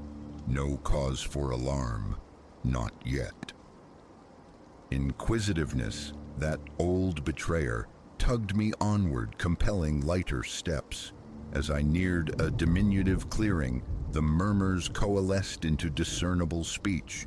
These were not the relaxed cadences of fireside camaraderie. No, these were hushed, urgent tones, punctuated by a sharp, metallic click. The unmistakable sound, I realized with a jolt, of ordnance being chambered. My blood felt thick, sluggish, congealed. Poachers, it could only be. We'd contended with their ilk before, but never this deep, never within the sanctuary's heart. I sank behind the substantial girth of an ancient oak, its rough bark a cold comfort against my cheek, and peered into the illuminated space. The scene that unfolded sent a wave of nausea through me. 5 men, their silhouettes stark against the gloom, clustered around the fallen majesty of a great stag, each wielding a high-caliber rifle. Its magnificent antlers, a king's ransom on the illicit market, were already brutally severed. The creature's eyes, glazed and vacant, seemed fixed on my position, a silent, profound accusation hanging in the air. Again, my fingers sought the radio, trembling now. This demanded immediate report, but before the button depressed, another twig, treacherous beneath my shifting weight, snapped. The sound, amplified by the night's pregnant silence, echoed like a gunshot. 5 heads pivoted as one, locking onto my location. Time seemed to stretch thin and brittle for a single agonizing heartbeat. Then chaos detonated. "Who goes there?" one of the figures roared, his rifle swinging violently towards the oak. Thought evaporated. Instinct propelled me into flight. Branches clawed at my face as I plunged into the dense undergrowth, the crashing sounds of pursuit terrifyingly close behind. My lungs burned, muscles screaming rebellion, yet primal terror fueled my desperate momentum. A shot cracked the air, the projectile splintering wood mere inches from my skull. I ducked reflexively, balance lost on the treacherous terrain, tumbling down a short, steep embankment, landing in a tangle of leaves and debris that clung to my hair and uniform. For a disorienting moment, I lay winded, the world swimming. The poachers' voices, closer now, spurred me upright. A sharp pain blooming in my side, where rock met flesh during the fall. Outrunning them indefinitely was impossible. Strategy was paramount. My gaze snagged on a hollow log nearby. A desperate gambit, perhaps the only one left. I lunged, wriggling frantically into the cramped, damp interior, just as probing beams from flashlights sliced through the surrounding darkness. "He came this way," a harsh voice commanded. "Fan out, find him." I held my breath, flattening myself further into the log's embrace. Detritus clung to my sweat-slicked skin, an unwelcome intimacy I dared not disturb. A cone of light swept directly over my refuge. I offered a silent invocation for the shadows to hold. "Nothing," someone grumbled, unnervingly near. "Might have circled back." "Doesn't matter," another retorted impatiently. "We gotta clear out now before more rangers show." I strained to hear their receding footfalls, scarcely crediting my fortune. Still, caution dictated stillness. Minutes crawled past, each an eternity measured in heartbeats. Only when the forest had reclaimed its silence for a solid 10 minutes did I cautiously extricate myself. Muscles screamed in protest as I rose, stiff from confinement. Taking a moment to reorient, I realized my panicked flight had carried me further than anticipated. Their makeshift camp lay a mile or more distant, opposite the direction of their brief search. Drawing the radio, I prayed the fall hadn't silenced it. "This is Ranger Thorne," I whispered, urgency tightening my throat. "Code 10 situation, Sector 7. Multiple armed hostiles require immediate backup." A burst of static, then, "Copy that, Thorne. Backup en route. Your status?" Concisely, keeping my voice low against the possibility of lingering ears, I relayed the grim discovery. Even as I spoke, a plan began to crystallize. Letting them escape, especially after witnessing their callous slaughter, was unthinkable. Yet facing 5 armed men alone courted suicide. "Maintain position, Thorne," the dispatcher advised firmly. "ETA 20 minutes. Prudence screamed agreement. It was the logical, safe course. But 20 minutes felt like an aeon. Ample time for the poachers to vanish with their blood-soaked prize. That could not stand. "Negative," I transmitted, resolve hardening. "Tracking suspects moving east towards the old fire road. Will maintain distance, provide location updates." Ignoring the crackled objections, I moved, pushing through the trees in the direction I'd last sensed the poachers heading. Adrenaline's fierce tide was ebbing, leaving behind the dull throb of bruises and strained limbs. Yet I pressed onward, propelled by a potent cocktail of duty and cold fury at the violation these men represented. I strained my hearing, filtering the forest's natural sounds for any hint of human passage. Soon a low, guttural rumble reached me. Engines. They had vehicles staged on the fire road. My pace quickened, heart pounding anew. I had to reach them before they departed. Nearing the tree line's edge, I discerned the dark bulk of 2 pickup trucks. The poachers were hastily stowing gear, their voices low but charged with argument. "Should have found that ranger," one growled. "Bet he's called it in by now." "Shut it and load faster," another snapped. "We'll be gone before anyone gets close." I needed to impede them, buy precious minutes for my colleagues. My eyes fixed on the truck's tires. An idea, reckless but necessary, bloomed. Staying low, I circled wide, approaching the rear of the vehicles. The men were preoccupied, focused on securing their illegal harvest. My pocket knife felt small but potent in my hand. Taking a steadying breath, I burst from cover. The first tire yielded with a satisfying hiss. I moved swiftly to the second, then the third. I was sinking the blade into the fourth when a shout erupted. "Hey, stop right there!" I didn't stop, didn't look back, just ran, weaving erratically between the trees as more bullets whined past, dangerously close. The forest, this familiar territory I knew intimately, became my shield, my only true advantage. I slid behind a substantial boulder, lungs heaving, desperate for air. The sounds of pursuit were still present, but less immediate. They were faltering, uncertain of my path in the concealing darkness. "Come on out, Ranger," one taunted. "Just want to talk," as if. Their treatment of the stag spoke volumes. I had no desire to discover their methods with a human witness.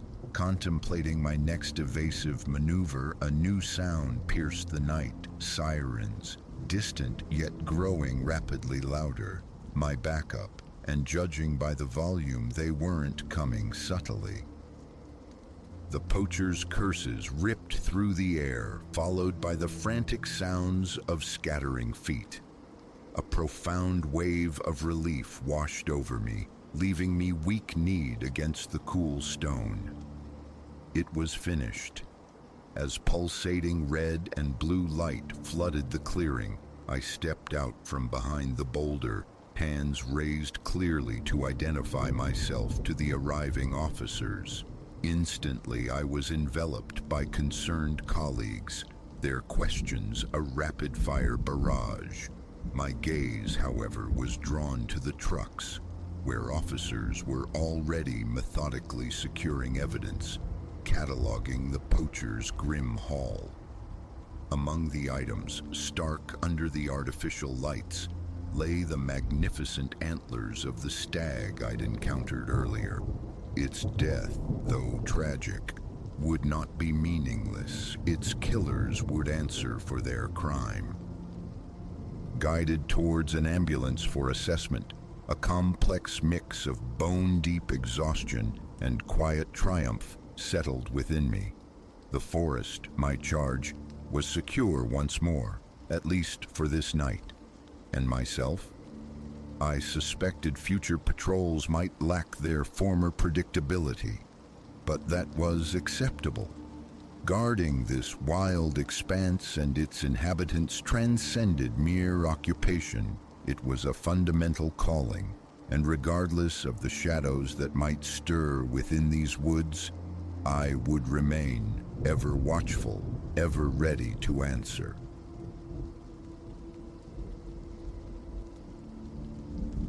A stuttering neon pulse painted the Moroccan darkness, the gas station sign a solitary heartbeat on the desolate highway, threading between Fes and Chefchaouen.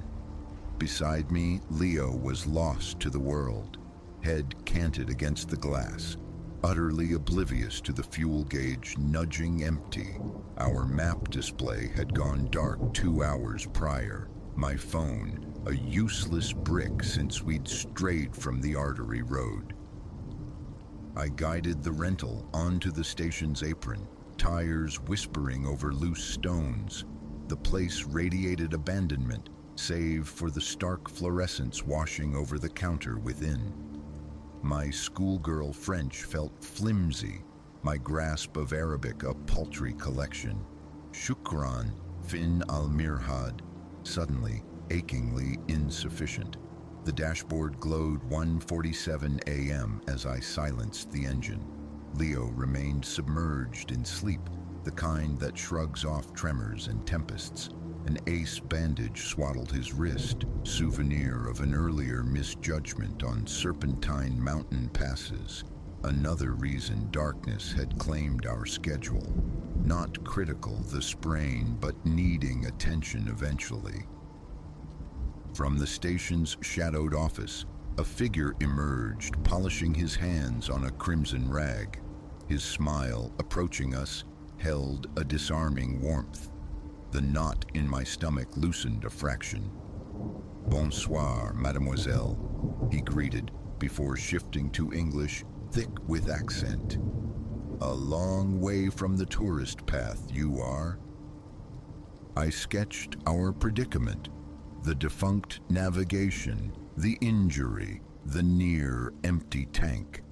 He listened with nods of apparent understanding, already unscrewing the gas cap.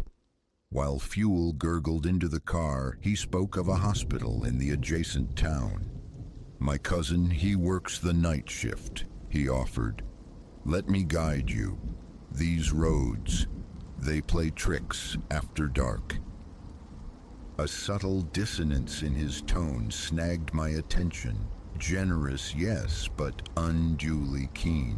While he finished at the pump, I feigned rousing Leo, a low murmur urging alertness. His eyelids flickered open, instantly catching the urgency coiled in my posture. That's when the sound reached me. The man's voice, low and urgent, spilling rapid Arabic into a crackling walkie-talkie. His friendly mask had slipped. My limited vocabulary snagged chilling fragments. Ithnain. 2. Wahiduhuma. Alone. And something concerning Al-Tariq Al-Qadim. The old road. Static spat a reply, followed by the man's soft chuckle. Leo shifted, fully present now, his gaze sharp. The attendant reappeared at my window, the smile meticulously restored. "Follow my vehicle," he instructed. "Hospital is close, 15 minutes. Fuel is no charge. A welcome from me to Morocco." Free fuel, in this void, at this hour. A guide materializing from the night, complete with clandestine radio chatter and a conveniently placed relative. Alarm bells didn't just ring, they clanged. "Actually," I managed, fumbling for my wallet, "I think finding a hotel first would be best. Leo's wrist isn't an emergency." I extracted dirhams far more than needed, but he waved the money aside. "Hotels are difficult now," he pressed, his helpfulness hardening into insistence. "Please allow me. The old road, much quicker than the highway." Over his shoulder, movement snagged my eye. Silhouettes detaching themselves from the hulking shapes of parked lorries cloaked in shadow at the lot's periphery. Leo's hand found mine, a single firm squeeze, our childhood code, run. The engine caught, a reassuring thrum beneath the tension. My voice, I hoped, sounded steady. "Thank you truly, but we'll stick to the highway. Safer." His features transformed, amiability dissolving like mist. He muttered into the radio again, and engines rumbled to life around us. Trucks I hadn't consciously registered in the gloom.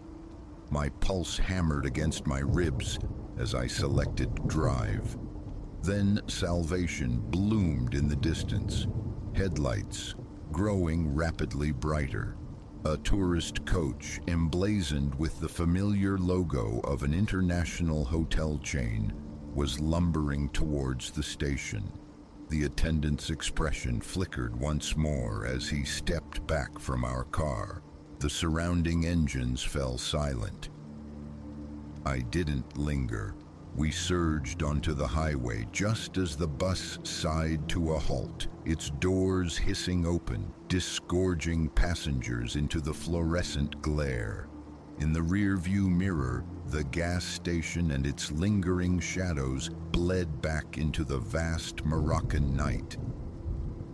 2 hours later, The brightly lit lobby of a proper Chef Chowen hotel felt like sanctuary. We recounted the incident to the night manager, who marked the menacing station on a map with a grim familiarity. We weren't the first souls to find trouble lurking there. The following day brought revelations about a network of designated safe havens along popular routes, vetted locations equipped with surveillance and English-speaking personnel. We learned of concerted efforts by local authorities to bolster traveler security in rural stretches, establishing emergency contact points and monitoring isolated businesses. At the hospital, while a physician examined Leo's wrist, we encountered Isabel, an American expatriate serving as a patient liaison. She navigated us through the healthcare formalities and shared her own hard-won wisdom about traversing unfamiliar territories safely. The crux of it, Isabel advised, her gaze direct, is trusting your gut feelings but interrogating your assumptions. Profound kindness often comes from strangers, yet there's a chasm between genuine aid and calculated manipulation. Learn to discern the difference. Our remaining journey unfolded under a new vigilance. We charted safe stops, kept devices charged, armed ourselves with emergency contacts, and we encountered breathtaking generosity from Moroccans who offered directions, shared meals, and opened doors, reaffirming that one menacing encounter couldn't eclipse the warmth of a nation. Back home, the experience seeded an idea. A travel blog dedicated to safety strategies, particularly for women venturing out alone. Others contributed their narratives, near misses, lessons learned, survival tactics. Collectively, we wove a safety net of shared knowledge for navigating the unknown while remaining attuned to potential peril. The gas station incident catalyzed tangible change. Authorities installed emergency call boxes on remote roads. Local enterprises embraced a safety certification, displaying decals that marked them as verified sanctuaries.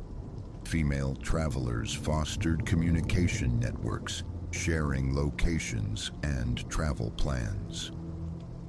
Just last month, an email arrived from a young woman poised for her own Moroccan exploration. Instead of recounting my fear, I shared the insights gained. Research the terrain, map your resources, heed your intuition, and hold space for the truth that most encounters are rooted in goodwill. That became the enduring lesson of that night. Not that the world is inherently dangerous, but that preparedness grants the freedom to embrace its wonders. Every landscape holds its shadows, but it also holds those striving to illuminate the path, to secure the way for others. Now, when I travel, I pack not just maps and emergency numbers, but the quiet ballast of experience. The world, vast and astonishing, still beckons, reminding me that caution and adventure can and must walk hand in hand.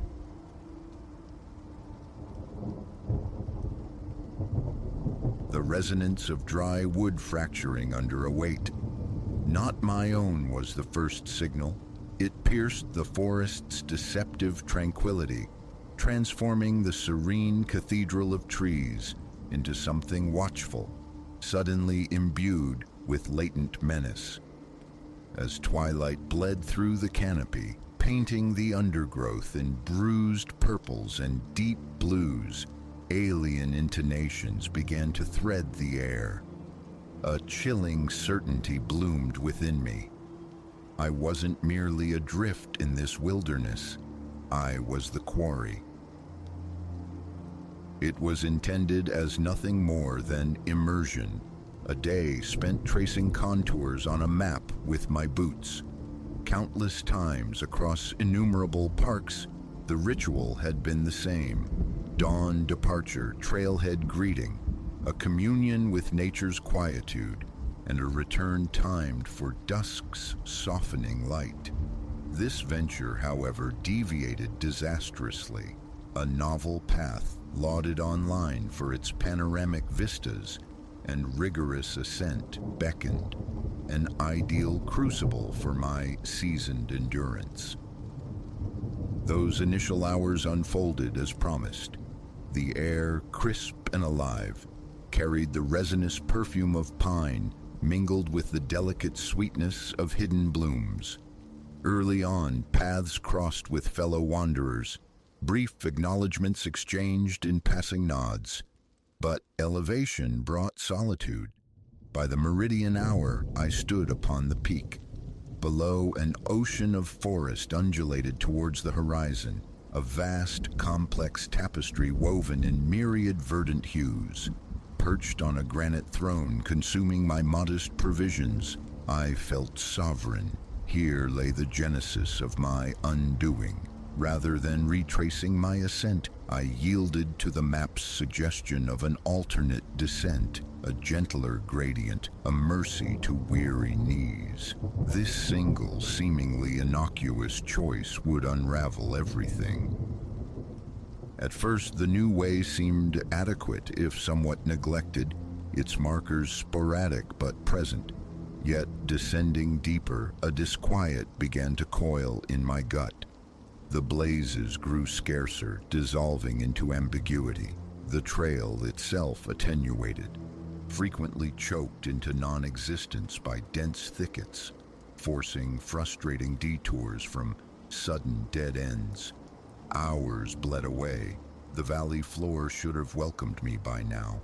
Long skeletal shadows stretched as the sun dipped lower, a relentless withdrawal of light.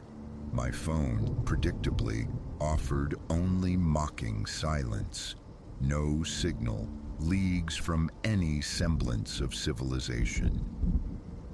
Panic, cold and sharp, began its insidious creep, lost, utterly alone in an alien woodland as night unfurled its dark wings. I drew a ragged breath, wrestling for composure. Supplies remained. Water, concentrated sustenance, a torch. Survival through the night was feasible. Morning light would bring clarity, direction, maintain reason. It was then I heard it, a voice, distant yet distinct. "Hello? Anyone out there?" A wave of profound relief washed through me. Other hikers stranded like me. Perhaps salvation lay in shared misfortune.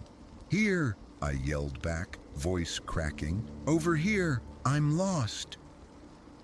A pause, pregnant with silence, then another voice, unnervingly closer. "We hear you. Hold your position. We're coming." I waited, pulse hammering a frantic rhythm against my ribs, a cadence of mingled terror and hope.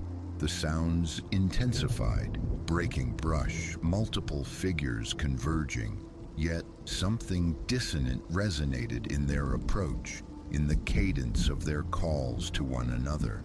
It lacked the tentative uncertainty of lost souls finding fellowship. Instead, it held the chilling efficiency of coordination, the practiced maneuvers of a hunt. A glacial dread seeped into my veins. These were not rescuers, not fellow travelers. They were something other. And I, fool that I was, had just broadcast my vulnerability. No time remained for confirmation. Instinct screamed, and I obeyed. I fled, plunging into the deepening gloom, branches lashing my face like spiteful whips. Pursuit erupted behind me, their previous semblance of stealth abandoned. Shouts caromed through the timber, drawing nearer with terrifying speed. "That way! She went that way! Head her off before the river! Fan out! Don't let her break through! River!" My map showed no significant watercourse nearby. But in that moment, the word itself became a desperate prayer. A river might mean a route, a downstream path to safety. I ran blindly, lungs burning, the frantic thud of my own heart deafening. Light failed rapidly, transforming the familiar woods into an Escher-like labyrinth of shadow and suggestion. Stumbles became near falls, recovery a frantic scramble. Still, they persisted, an unseen, relentless pressure closing in. Just as exhaustion threatened to buckle my knees, a new sound trickled through the chaos, the faint, insistent murmur of moving water. The river. Hope surged, lending improbable velocity to my failing limbs. I burst from the tree line onto a bank of tumbled stones. Before me, the river sprawled, wide, swift, a churning ribbon of pewter under the fading sky, too broad to ford safely, especially with darkness now almost complete. Yet it was the only viable gamble. As I gathered myself to plunge into the frigid current, a voice cracked like a whip, startlingly close. "Hold it right there!" I spun. A figure materialized from the trees, swiftly followed by another, then more. Within moments, a cordon of men encircled me, clad in muted earth tones, their hands holding... Dear God, were those firearms? "Well now," one drawled, stepping forward. His seniority was palpable, his face a rugged landscape carved by wind and time. "Looks like we've flushed ourselves a frightened little doe." "Please," I choked out, breath still tearing at my throat. "I'm just hiking. I took a wrong turn. I don't want any trouble." A laugh answered me, devoid of warmth, sharp as broken glass. "Oh, you're in trouble, all right. These woods belong to us, you see. We don't much care for uninvited guests." "I didn't realize," I pleaded, mind racing for an escape that wasn't there. "I'll go, just let me walk away. I'll never come back here." He shook his head slowly, a cruel amusement twisting his lips. "Not quite that simple, I'm afraid. We've got certain traditions out here for dealing with folks who stray where they shouldn't." The others drew closer, their circle tightening, constricting. I saw it in their eyes. A feral gleam, the thrill of the chase culminating. This was sport to them. I was the game. "What is it you want?" I whispered, hating the tremor that betrayed my terror. The leader, Silas, let his smile widen. "We believe in fairness, a sporting chance. Call it a head start. You run, we hunt. Make it out of our woods before the sun crests that ridge. You walk free. If not..." The implication hung heavy and suffocating in the air. My gaze darted wildly, seeking any sliver of an opening, but found none. The men formed an impassable wall back towards the forest. Behind me lay the river, too wide, too fast, too lethal. "1 minute," Silas declared, consulting a heavy timepiece. "Best make it worthwhile." For a heartbeat, disbelief paralyzed me. This couldn't be real. Then raw survival instinct surged. I pivoted and ran, not back into the shadowed woods where their tracking skills would prevail, but parallel to the roaring water along the treacherous bank. If I could find a narrower crossing, a fallen giant, a forgotten bridge. Behind me, Silas's voice echoed with sickening joviality, launching their depraved contest. "Ready or not, here we come." I ran as if pursued by demons, which in a way I was. The stony bank was a minefield in the near total darkness. Slick rocks threatened to send me pitching into the churning depths below. Fear was my fuel, the sounds of pursuit, real or imagined, a constant spur. Time dissolved into a frantic rhythm of pounding heartbeats and ragged, desperate breaths. Sometimes their calls seemed terrifyingly close.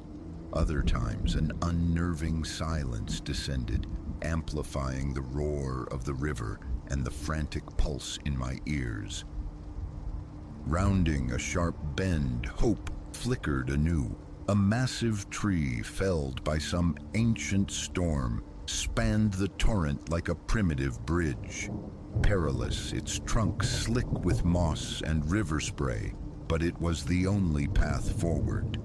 I scrambled onto the log, balance precarious, inching across the roaring chasm. The water thundered beneath, a hungry maw eager to claim me. Halfway across, shouts erupted from the bank I'd just left. They'd spotted me. The sharp crack of a rifle split the night, wood splintering inches from my foot. A momentary freeze, then sheer terror propelled me onward. Another shot, closer still. Not killing shots, perhaps, but designed to unnerve, to make me falter, to fall. With a final lunging scramble, I reached the opposite bank. A single defiant glance back revealed them clustered on the far side. Silas watching my escape with a look that mingled fury with a strange, grudging acknowledgement. "It's not over," his voice strained to carry over the river's roar. "These woods stretch for miles. Sunrise won't save you." But I was already moving, plunging into the unfamiliar forest on the far side. He was right. Orientation was lost, direction a guess, but inaction meant capture. The remainder of the night blurred into a fugue state of terror and bone-deep weariness. I ran until collapse forced a stumbling walk, walked until my legs gave out, and I crawled. Every nocturnal rustle, every snap of a twig sent jolts of adrenaline through me, convinced they had somehow circumvented the river, were closing in once more. Then, finally, blessedly, the oppressive darkness began to dilute. The sky bruised eastward with the first faint promise of dawn. And through the thinning trees, I saw it. Tarmac. A road, blessedly empty in the nascent light. Tears I hadn't known I possessed threatened to spill. A vehicle materialized in the distance, headlights cutting the gloom. I stumbled towards it, waving my arms like a lunatic, a wild, ragged apparition. The car slowed, pulling alongside. An elderly man peered out, his face etched with immediate concern. "Lord heavens, child, are you all right?" he asked, his voice gentle. I opened my mouth, searching for words to encapsulate the night's horrors, but only a choked sob emerged. How could language possibly contain such terror? In the end, I could only shake my head mutely. "Best get you seen to," he murmured, pushing open the passenger door. As we drove away, the forest retreated in the side view mirror, a dark, brooding presence. Somewhere within its depths, Silas and his men were likely discovering their quarry had vanished. A profound shudder racked me. How many others, I wondered, hadn't reached the dawn? The woods hold their secrets close, and sometimes they hunt